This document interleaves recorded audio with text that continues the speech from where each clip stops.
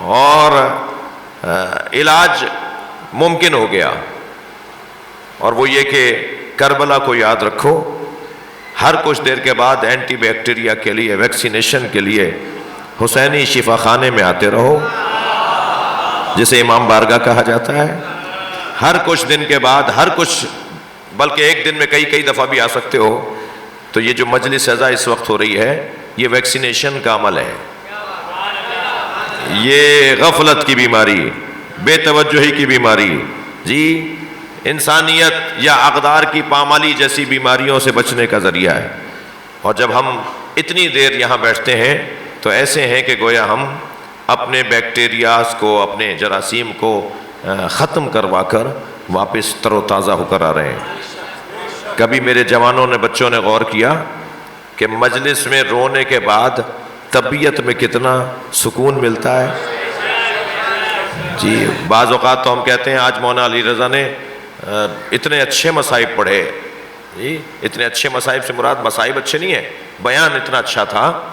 ہم یہ محاورتاً کہتے ہیں نا، اتنے اچھے مصائب پڑھے کہ بیان اتنا اچھا تھا کہ ہم آج خوب روئے ہیں۔ اور آنکھوں سے جب آنسو خوب بہہ جاتے ہیں نا، تو انسان کی روح کو غذا مل رہی ہوتی ہے۔ یہ ذکر امام حسین ہماری روحوں کی غذا ہے۔ کیا کریں کہ ہماری روح طاقتور ہو جائے اور بدن ہمارا روح سے مغلوب ہو جائے، روح ہماری بدن پر غالب آ جائے۔ روح جب بدن پر غالب آ جائے گی تو ہاتھ کانپ بھی رہا ہوگا نا، اور وہ لکھ دے گا سلمان رشدی واجب القتل ہے، تو کانپتے ہوئے ہاتھ سے لکھا گیا جملہ بھی پوری دنیا کو ہلا کے رکھ دے گا۔ اگر ہاتھ پیروں میں دم بھی نہیں ہوگا تو جس کی روح مضبوط ہوگی اس کے ایک تکبیر و احرام کا اثر ہی کچھ اور ہوگا۔ روحوں کو مضبوط کرنے کا بہترین ذریعہ حسین مولا نے کربلا میں قربانی دے کر ایک نظام مرتب کر دیا، اور اکیلے نہیں گئے۔ اگر اکیلے گئے ہوتے تو اصحاب غدود کی طرح یہ قربانی بھی شاید تاریخ میں گم ہو جاتی، مگر اکیلے نہیں، زینب کو ساتھ لے کے گئے ہیں۔ بھائی قربانی دے گا، بہن اس قربانی کا نتیجہ لے گی۔ قربانی ضائع نہیں ہونے دوں گی میں بھائی کی۔ کیوں لے جا رہے ہو زینب کو؟ یہ پوچھا تھا جناب ام سلمہ نے۔ جب حسین تمہارے لیے طے ہے کہ تم شہید ہوگے تو پھر زینب کو چھوڑ جاؤ۔ اس وقت امام حسین نے فرمایا تھا اللہ زینب کو اسیر دیکھنا چاہتا ہے، زینب کی اسیری سے اپنے نظام کو منظم کرنا چاہتا ہے۔ جی وہاں قربانی ہوگی اور وہاں قربانی کا تحفظ ہوگا۔ اقبال کہتے ہیں حدیث عشق دو بابست کربلا و دمشق، یکے حسین رقم کر دیگر زینب۔ عشق کی دو ہی داستانیں تو ہیں، ایک کربلا اور ایک دمشق۔ ایک کو حسین نے لکھا ہے اور ایک کو زینب نے لکھا ہے۔ عزیزو، ہم سب کو 5 چیزوں سے آزمایا جائے گا، کوئی 1، کوئی 2، کوئی 3، اور کسی سے اللہ 5 کے 5 امتحان لے گا، جس کو قرآن نے کہا وَلَنَبْلُوَنَّكُمْ بِالشَّيْءٍ مِّنَ الْخَوْفِ وَالْجُوعِ وَنَقْصٍ مِّنَ الْأَمْوَالِ وَالْأَنفُسِ وَالثَّمَرَاتِ۔ 5 چیزوں کے ذریعے سے ہم تمہیں آزمائیں گے۔ آپ اور میں کبھی ایک چیز سے آزمائے جاتے ہیں، بہت ہوتا ہے تو 2 چیزوں سے آزمائے جاتے ہیں، لیکن کربلا میں حسین 5 چیزوں سے آزمائے گئے ہیں۔ امام حسین سے اللہ نے ہر زاویے سے امتحان لیا ہے۔ حسین کا ذکر مٹنے والا نہیں ہے، اس لیے کہ اس کے پیچھے ارادہ پروردگار ہے۔ اللہ نے طے کر لیا ہے کہ اس کے ذریعے اب ہدایت ملے گی، اور مسلسل ہدایت ملتی جا رہی ہے اور بہتری آتی جا رہی ہے۔ آپ خود یاد کریں، پچھلے سال جب محرم ختم ہوا تو آپ نے نہیں کہا تھا کہ یہ سال پچھلے سال سے زیادہ بہتر تھا، اور اس سے پچھلے سال آپ نے نہیں کہا تھا کہ یہ سال پچھلے سال سے زیادہ بہتر تھا، اور اس سال آپ نہیں کہہ رہے کہ یہ سال پچھلے سال سے زیادہ بہتر رہا۔ مجمع زیادہ تھا، مجلسیں بڑی اچھی ہوئیں، لوگوں کی شرکت بڑی بھرپور تھی۔ ہر سال دوسرے سال پچھلے سال سے بہتر ہے نا۔ ایک صاحب کہنے لگے حسین کی مجلس میں آپ کو ملتا کیا ہے؟ میں نے کہا ہمیں اگر نہیں مل رہا ہوتا تو مجمع کم ہونا چاہیے تھا، مجمع کا زیادہ ہونا بتا رہا ہے کہ یہاں مل رہا ہے. اور کیا مل رہا ہے؟ ایک لمبی لسٹ ہے کہ کیا مل رہا ہے، لیکن سب سے بڑی چیز جو ہمیں یہاں سے ملتی ہے وہ ہے اطمینان قلب، غم دنیا سے نجات، روح کی تازگی، ذہن کی بالیدگی، اطمینان قلب، ضمیر کا مطمئن ہونا. چلو مجلس ہو رہی ہے، اس لیے کہ امام رضا نے فرمایا ہے یا ابن شبیب اگر تمہیں کسی شے پر رونا آئے فبک للحسین، تو میرے جد حسین پہ رو لینا. تمہارا دل بھاری ہو رہا ہے، پریشانیاں بڑھ گئی ہیں، بجھا بجھا دل ہو رہا ہے، آج دن بڑا بجھا بجھا گزرا ہے، آج بڑا مایوسی کا دن گزرا ہے، تو ڈھونڈو مجلس کہاں ہو رہی ہے. اور جہاں مجلس ہو رہی ہو امام فرما رہے ہیں وہاں جا کر میرے جد حسین پہ رو لیا کرو، تمہاری پریشانیاں دور ہو جائیں گی. عزادارو، ہمیں کربلا والوں پہ رونے کا حکم دیا ہے. جو چپتے ہوئے جملے کہتے ہیں نا کہ دیکھو روتے ہیں جی، واویلا مچاتے ہیں، کہنے دیجئے انہیں. وہ اگر کسی کے کہنے پر یہ بات کر رہے ہیں تو وہ ان کا بڑا ہے، اور ہم جس کے کہنے پہ رو رہے ہیں وہ ہمارا بڑا ہے. قیامت میں پتہ چلے گا کون بڑا بڑا تھا، کھلے گا کہ امام رضا جو رونے کا حکم دے رہے ہیں ان کا مقام کیا ہے. امام صادق جو رونے والوں کے لیے دعا کر رہے ہیں، اس گریے کے پیچھے ایک ہسٹری ہے، ایک تاریخ ہے. عجیب قوم نہیں ہے یہ، پوری قوم کو ائمہ نے ایک کام پہ لگایا ہے، پوری قوم کو ائمہ نے ایک کام دیا ہے، اور وہ ہے گریہ. حسین پہ رو لینا، حسین پہ رو لینا. جو قوم رونے کی مشق کرتی ہے وہ کسی کو رلاتی نہیں ہے. میں نے اپنے بیان کے آغاز میں کہا انسانیت دل نرم کرنے کی مشق ہے، دوسروں کے درد کو محسوس کرنے کی مشق ہے، مظلوم کی حمایت کی مشق ہے، ظالم سے نفرت کی مشق ہے.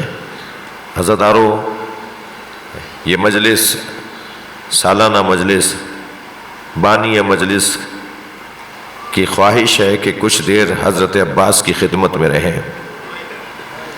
کربلا کا تو کون سا ورق ہے کہ جسے کھولا جائے اور آنکھوں میں آنسو نہ آئے. کربلا کے اوراق میں ایک ورق کو قاسم کہا جاتا ہے، حضرت قاسم. اس ورق کو پڑھوں گا تو آنکھوں میں آنسو آ جائیں گے.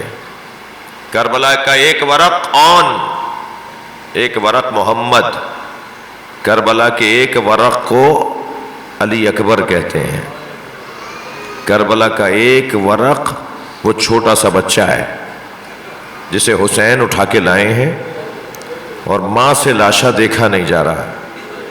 ننھے ننھے لبوں پہ لب رکھ کے کہا اے میرے لال، عرب تو اونٹنی کے بچے کو بھی نہر نہیں کرتا، کیا تو جیسوں کو نہر کیا جاتا ہے؟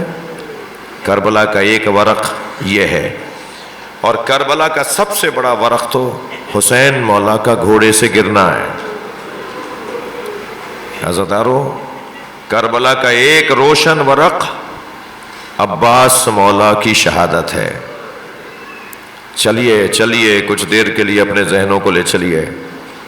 جس نے 36 سال تک کربلا کا انتظار کیا ہو، ماں پیر پیر چلانا سیکھ رہی ہیں، سکھا رہی ہیں، تو بار بار کہہ رہی ہیں عباس تمہیں کربلا کے لیے مانگا ہے.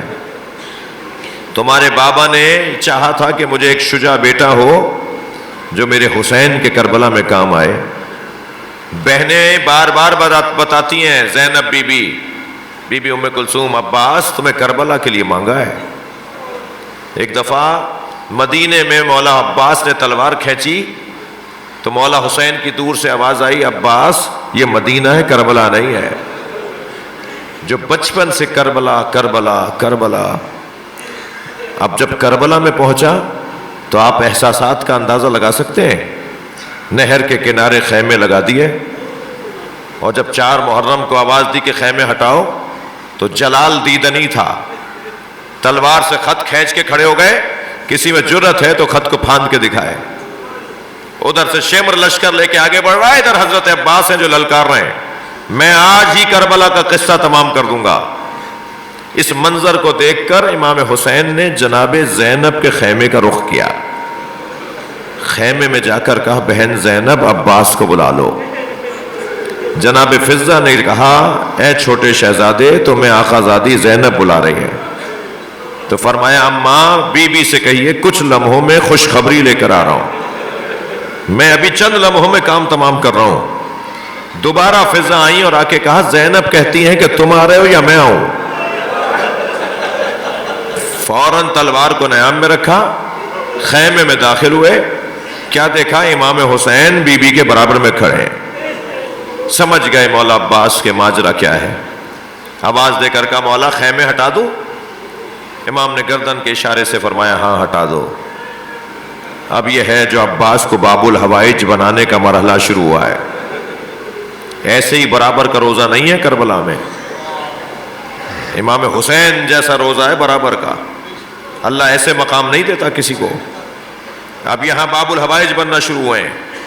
باب الحوائج جو اپنے ذات کو مارے کسی اور کی خاطر، جو اپنی ذات کی نفی کرے اسے اللہ یہ درجے عطا کرتا ہے، اور وہ ذات جس کی خاطر قربانی دے رہے ہیں وہ ذات بھی بلند ہو، وہ بھی حسین ہو، وہ بھی سکینہ ہو، وہ بھی جناب زینب جیسی پیاسی بی بی ہو۔ اور پھر جب روز عاشور، شب عاشور، اللہ اکبر، شب عاشور، شمر نے آ کر آواز لگائی میں امان نامہ لایا ہوں عباس کے لیے۔ شمر کی ماں اور حضرت ام البنین کا قبیلہ ایک تھا، میں نے ابھی پہلے کہا نا گاؤں کا بچہ بھی اپنا بچہ ہوتا تھا، رشتہ داری نہیں تھی کوئی۔ حضرت ام البنین اور اس کی ماں کا قبیلہ ایک تھا، تو اس بنیاد پر امان نامہ لے کر آیا عبید اللہ ابن زیاد سے، اور اس نے یزید سے اجازت لی ہے اور کہتا ہے کہ میں عباس کے لیے امان نامہ لے کر آیا ہوں، عباس کو کربلا میں کل کوئی نہیں مارے گا۔ تو حجرے میں بیٹھے، خیمے میں بیٹھے یہ کہنے لگے کہ تیرے امان نامے پہ بھی لعنت اور تجھ پہ بھی لعنت۔ تو مولا حسین خیمے میں آئے، فرمایا عباس باہر جا کے جواب تو دو۔ تو باہر آ کے فرمایا اس امان نامے میں میرے مولا حسین کا نام ہے؟ کہا نہیں، صرف تمہیں نہیں ماریں گے ہم، عباس حسین کو کل ہم ماریں گے۔ تو وہیں سے خطبہ ارشاد فرمایا ایسے امان نامے پہ لعنت ہو جس میں میرے مولا حسین کا نام نہ ہو۔ اب روز عاشور عباس بار بار آ کر کہتے ہیں مولا مجھے لڑنے کی اجازت دیجیے۔ مولا فرماتے ہیں تم ہمارے لشکر کے سالار ہو۔ بار بار آ کر کہتے ہیں مجھے لڑنے کی اجازت، سنیں گے؟ پھر ایک ایسا مرحلہ آیا، علامہ لکھتے ہیں کہ فرمانے لگے مولا مجھے مرنے کی اجازت دے دیجیے۔ فرمایا تم ہمارے لشکر کے سالار ہو۔ تو یمین و یسار دیکھا، مولا وہ لشکر کہاں ہے جس کا میں سالار ہوں؟ ابھی مولا حسین سے حضرت عباس محو کلام ہے کہ خیمے کا پردہ ہٹا، سکینہ خالی مشکیزہ لے کے آگے بڑھی اور بابا کا دامن پکڑ کر کہا بابا میرا بھائی مر جائے گا، بابا یہ چھوٹے چھوٹے بچے شدت عطش سے مر جائیں گے، کچھ پانی کی سبیل کر دیجئے بچوں کے لیے۔ فوراً وہ مشکیزہ مولا عباس کے حوالے کیا، عباس جاؤ ان بچوں کے لیے پانی لے آؤ۔ عزادارو قربان جائیں حضرت عباس کے مقام اور عظمت پر۔ جا رہے تھے تو آواز آئی مولا حسین کی، عباس تلوار مجھے دو۔ تلوار رکھ لی امام حسین نے، نیزہ دے دیا، جاؤ اپنے دفاع کے لیے نیزہ لے جاؤ۔ اب گئے ہیں پانی کی طرف، اور جب پانی لینے پہنچے ہیں نا حضرت عباس، تو اتنا بڑا لشکر تھا جس پہ روب اور جلال تھا حضرت عباس کا۔ جی میں جنگ کا منظر پیش نہیں کر سکتا، لیکن دفاع کا منظر کہ اس نیزے سے جس طرح سے تیروں کو ہٹاتے تھے آپ، اور پھر نہر میں پہنچے، پانی بھرا، چلو میں پانی لیا، اسے بلند کیا تاکہ سب کو دکھائیں کہ میں پانی پی سکتا ہوں، مگر میرا مولا پیاسا ہے، مولا کی سکینہ پیاسی ہے، مولا کا 6 مہینے کا بچہ پیاسا ہے۔ اجرکم اللہ۔ دوبارہ چلو بھرا پانی نہر کے اوپر پھینک دیا، مشکیزہ بھر کے چلے۔ عزادارو اب آپ آمادہ ہیں رونے کے لیے۔ کربلا کے ہر شہید کی کچھ کیفیات ہیں، حضرت علی اکبر کی اپنی کیفیات ہیں، حضرت قاسم کی اپنی کیفیات ہیں۔ جب جناب ام فروہ نے شب عاشور حضرت قاسم سے کہا تھا نا، قاسم کل اپنی وفاداری میں کوتاہی نہ کرنا، دیکھو لوگ یہ نہ بولیں کہ غیر خاندان کی عورت تھی، تربیت میں فرق آ گیا۔ اس وقت میں امام حسین نے فرمایا تھا، اے بھابی ام فروہ آپ کی قربانی تو سب سے منفرد ہوگی۔ قاسم کی قربانی اس لیے منفرد ہوئی کہ کربلا میں دو بدن پامال ہوئے، ایک حسین کا بدن اور ایک حضرت قاسم کا بدن، مگر رونے والوں دونوں میں فرق ہے، ایک شہادت کے بعد پامال ہوا ہے، ایک زندگی میں پامال ہوا ہے۔ ایسے ہی حضرت علی اکبر کے ہاں کیفیات مختلف ہیں۔ حضرت عباس کے ہاں 4 امتیازات ہیں جو کسی اور شہید میں یہ امتیاز نہیں ہے، 4 علیحدہ کیفیتیں ہیں حضرت عباس میں، سنیں گے۔ سب سے پہلی کیفیت یہ ہے، کسی شہید کے بازو نہیں کٹے،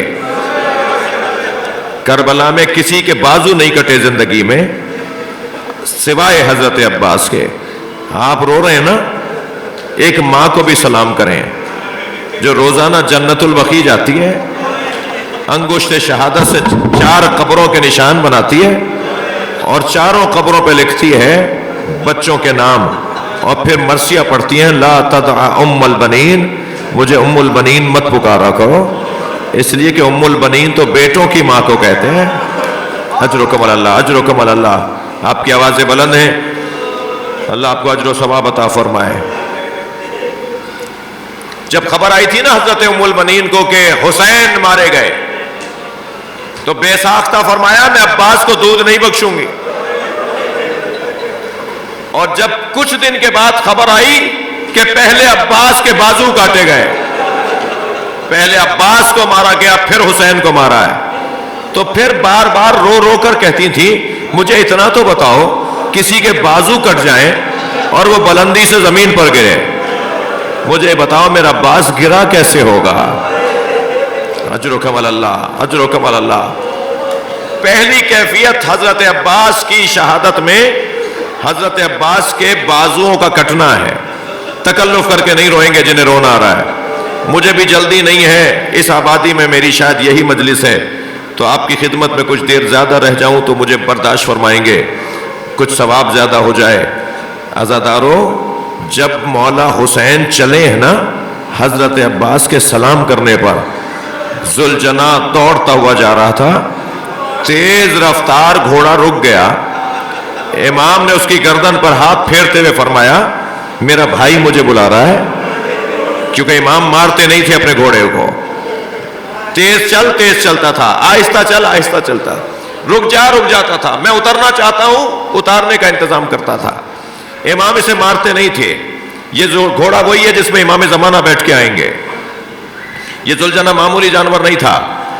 امام نے کہا میرا بھائی مجھے پکار رہا ہے، تو آگے نہیں بڑھ رہا، رکا کیوں ہے؟ سنیں گے، اس نے اشارہ کیا، امام نے جو مڑ کر دیکھا عباس کا کٹا ہوا بازو زمین کربلا پہ تڑپ رہا تھا، امام اترے ہیں، بھائی کا بازو اٹھایا ہے، پھر گھوڑے پر بیٹھ کے گھوڑا روانہ ہوا، کچھ آگے گیا ہے تو گھوڑا پھر رک گیا۔ اب میں رونے والوں سے پوچھتا رہوں کہ امام کے احساسات کیسے تبدیل ہو رہے ہوں گے؟ تو دوبارہ امام نے کہا اب کیوں رکا ہے؟ اس نے پھر ایک طرف اشارہ کیا، امام نے کیا دیکھا؟ دوسرا کٹا ہوا بازو۔ اب حسین نے بھائی کے دونوں بازو اٹھائے ہیں اور پہنچے ہیں کہاں؟ جہاں عباس مولا کا لاشا ہے۔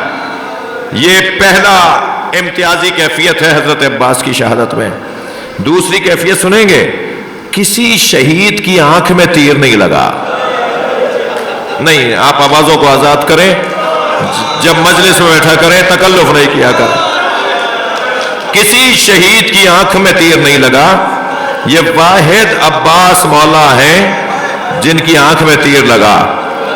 امام آگے بڑھے اور حضرت عباس کا سر اپنی آغوش میں لے لیا حضرت عباس نے سر ہٹا دیا، امام نے پھر آغوش میں لیا، علامہ نقن نے یہ مصائب بیان کیے ہیں، پھر انہوں نے اپنا سر ہٹا دیا تو امام نے پیشانی کا بوسہ لیا، خون بھری پیشانی کا بوسہ لیا اور فرمایا عباس تم اپنا سر ہماری آغوش سے کیوں ہٹاتے ہو؟